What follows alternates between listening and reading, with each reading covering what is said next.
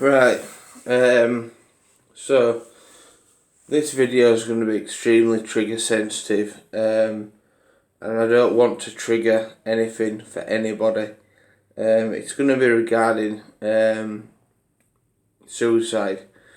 So if you feel like it's going to trigger anything for yourself or for somebody else, then I'll give you kind of like a bit of a warning, so you can decide to click off the video. So basically, it's no secret to you all, I've tried to take my life on 4 different occasions. How I'm still here is anybody's guess. Obviously somebody up there decided that it's not my time, because I've been very, very close to death. And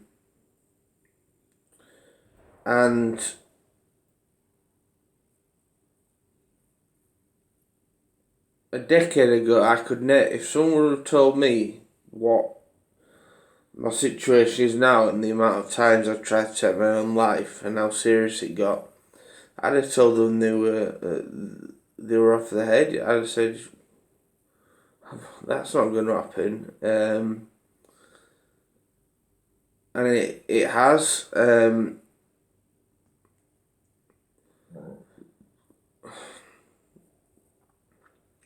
It all resolves from suicide, bottling things up. I know it did in my case.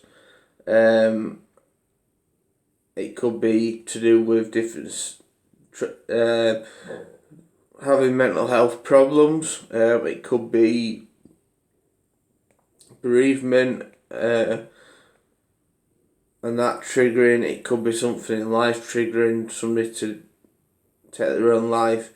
There's 1,000,001 different reasons. It is the biggest single killer in men under 45. That's not to say that women shouldn't be given the same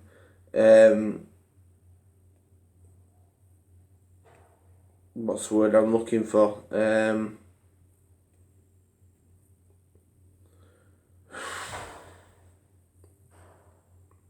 Empathy surrounding the matter, because whoever you are, if you're watching this and you have tried to take your own life, you must have been in a dark place. And take it from someone who knows, 4 times, or it might be 5, but I think it's 4. I know what it's like to be in that dark place. And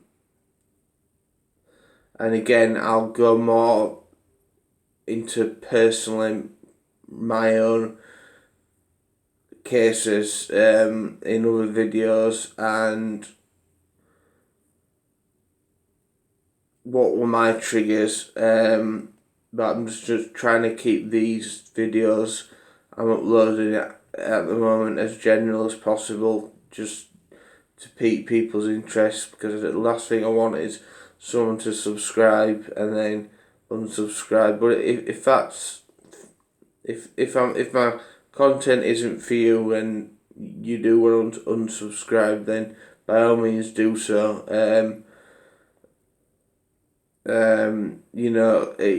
It's each to their own, and I know I won't appeal to everybody. The way I say myself in these videos, you can't do that in life with anything anyway. But too many people are losing their lives to suicide. Too many parents are having to bury the kids before themselves. My parents have nearly been those parents on several occasions. In my own brain, I don't like to always revisit the times that I've tried to take my own life, but it is important and necessary to do so in my recovery, because if I don't and I don't address it, the likelihood of it happening again would be a lot higher than if I spoke out about it. So I just basically want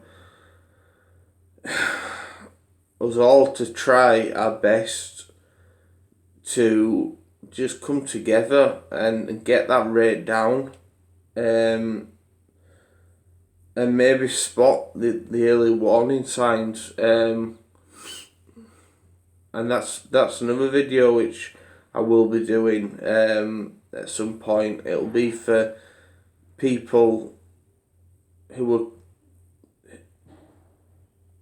concerned about a loved one and what warning signs to typically look for based on my own experiences, and stereotypically what kind of signs to look for, because there are ones which are there, and then I can always expand from my own experience and what I've been told by my own family and friends, but it's just one of them situations. It's a horrible thing because there's no winners. People are losing their lives, and the people that are being left behind. There's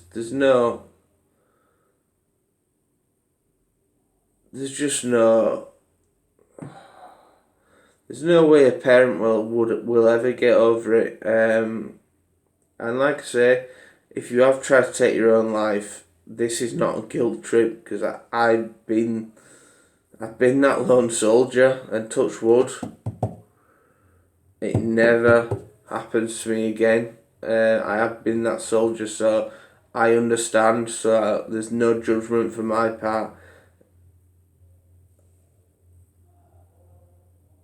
I'm just pushing forward, and I just want to get them numbers down. And if me sitting here and just talking about it, and making you realise that you're not alone, that 2 minutes of me telling you you're not alone, if I can save lives, that's all I want to do.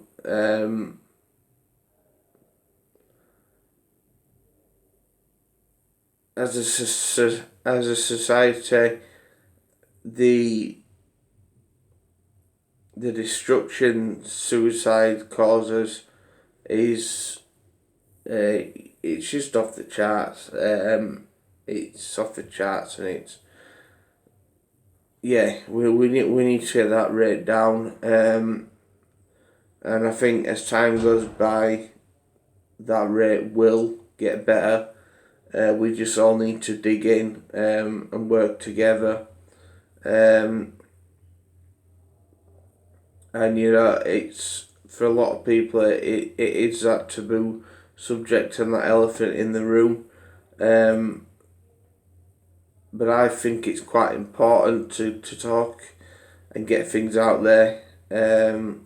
Again, I'm not a psychiatrist, I'm not a psychologist, I've got no qualifications, but if you have suffered through losing a loved one to suicide, or you have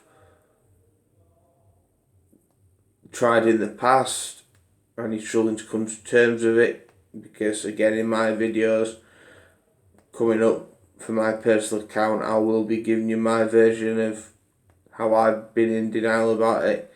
Or if you're feeling that way, my inbox is always open. I will always get back in touch when I can.